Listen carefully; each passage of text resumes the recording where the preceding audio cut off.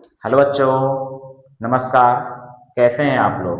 आशा करता हूं कि आप लोग बहुत अच्छे होंगे और आप लोग का पढ़ाई अच्छे से चल रहा होगा। मैं सोनू सर आप लोग का स्वागत करता हूं अपने इस यूट्यूब चैनल पर।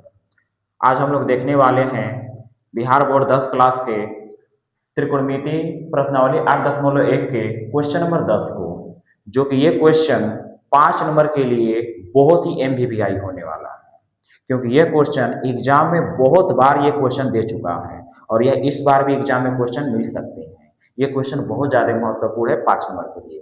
तो चलिए आज के इस प्रश्न को देखते हैं कि ये प्रश्न क्या कह रहा है और कैसे हल होगा। तो चलिए इस प्रश्न को बिना देर किए हुए प्रश्न को हल करते हैं। प्रश्न बोल क्या रहा है उसको ध्यान से पहले समझ लीजिए। प्रश्न कहा कि त्रिभुज पी क्यू आर में जिसका कोण क्यू समकोण है, P R plus Q R बराबर 25 सेंटीमीटर और पी क्यू बराबर 5 सेंटीमीटर है। तो हमको ज्ञात करना है साइन पी और कॉस पी तथा टैन पी का मान हम लोग को निकालना है। यानी कहने का मतलब देखिए, दे क्या दिया है कि कह दिया है कि पी क्यू आर एक समकोण त्रिभुज है जिसका क्यू जो है समकोण है, ई भी कह दिया है। तो गौर कीजिएगा प्रश्न कैसे होगा कि एक समकोण त्रिभुज के बारे में कहा, तो एक समकोण त्रिभुज का पहले चित्र बना लेते हैं। समकोण त्रिभुज का चित्र बना लिए, बनाने के बाद इसमें कह दिया कि इसमें Q जो है समकोण है, यानी इसको क्या करना है, समकोण का नाम दे दिए Q, और बाकी का नाम कहीं P दे देंगे और कहीं पर भी R दे देंगे। तब P Q R हमको कहा हो एक समकोण त्रिभुज का रचना हो गया। ठीक है, फिर कहा है कि P R plus Q R बराबर 25 सेंटीमीटर और पी क्यू बराबर 5 सेंटीमीटर। तो एक्चुअली वैल्यू ये दिया है कि पी क्यू का मान जो है 5 सेंटीमीटर है। तो पी क्यू के जगह पर हम लोग रख देंगे 5 सेंटीमीटर, 5 सेंटीमीटर रख दिए।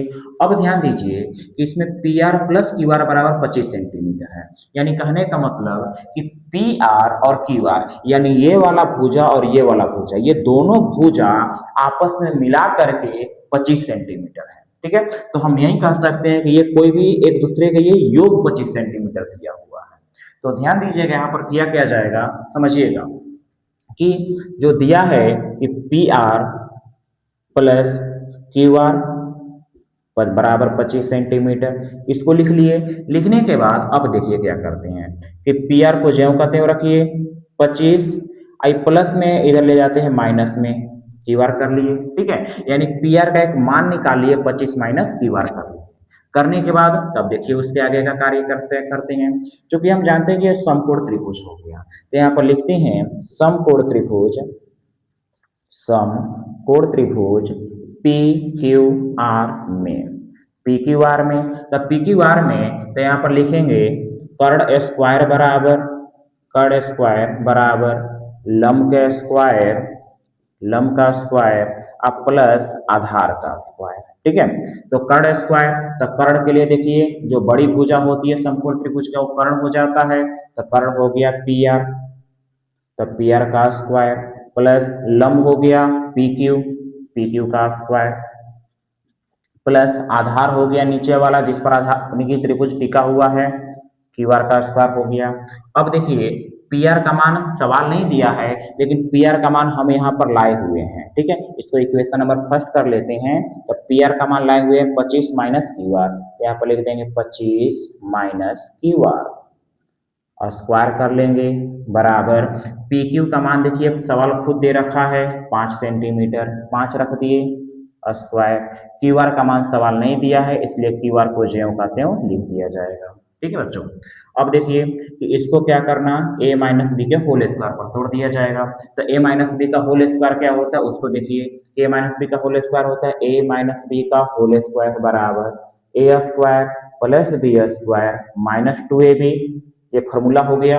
तो इस रूप में हम लोग का ये मान दिया हुआ है, तो हमको इस रूप में इसको पहले बदलेंगे। कैसे बदलेंगे ध्यान दीजिए, इसको मान लीजिए ए और इसको मान लीजिए बी। ठीक है, तो यहाँ पर बोल रहा है ए स्क्वायर, तो ए स्क्वायर यानी ए का मान कितना हो गया 25, तो यहाँ पर करेंगे 25 का स्क्वायर प्लस फिर है बी स्क्वायर, तो बी का मान हो गया क्यू आर, क्यू आर का स्क्वायर माइनस 2ab, तो लिखेंगे 2 गुणे ए का मान हो गया 25 गुणे बी का मान हो गया देखिए क्यू आर, क्यू आर लिख दिए बराबर।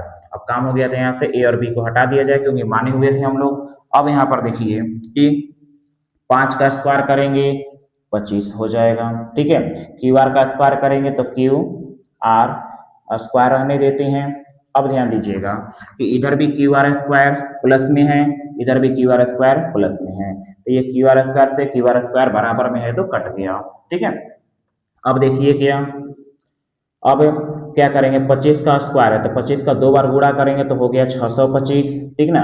यहाँ पर करेंगे तो 50 क्यू आर हो गया, अब बराबर यहाँ पर बच गया देखिए 25 हो गया, ठीक है। यहाँ से अब यहाँ पर गौर कीजिएगा कि आगे करते हैं, ये सूत्र लिखे हुए थे जो कि सूत्र को हटा देते हैं यहाँ से, तो ध्यान दीजिए कि आगे बढ़ते हैं।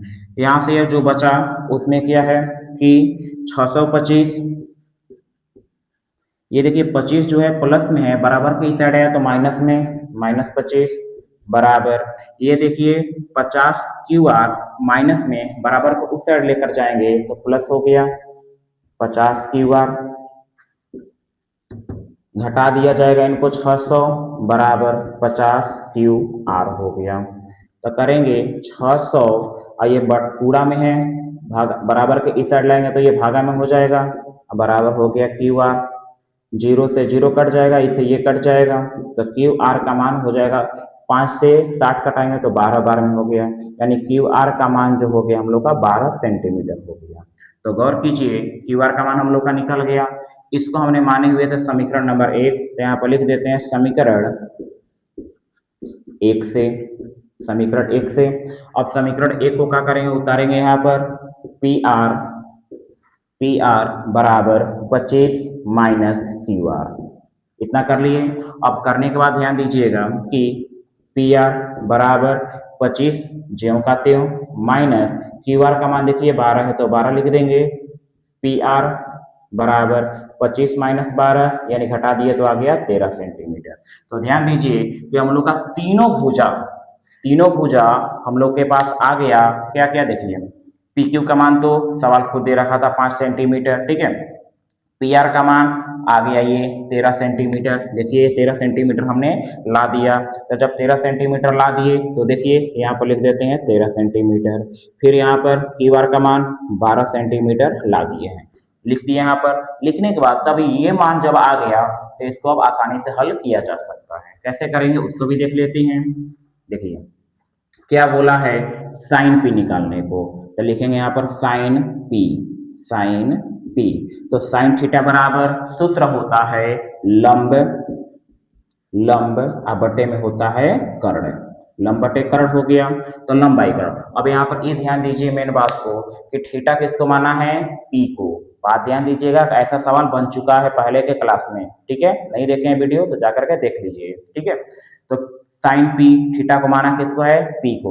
तो जब पी को थीटा माना तो गौर कीजिए, तो बताए थे कि थीटा के सामने की भुजा होता है लंब, ये लंब हो गया, और ये हमेशा ये वाला रहता है, जो बड़ी भुजा रहता है वो कर्ण रहबे करता है। तो लंब कौन सा हो गया, क्यू आर, तो क्यू आर यहाँ पर लिख देंगे क्यू आर, और बटे में हो गया पी आर, पी आर।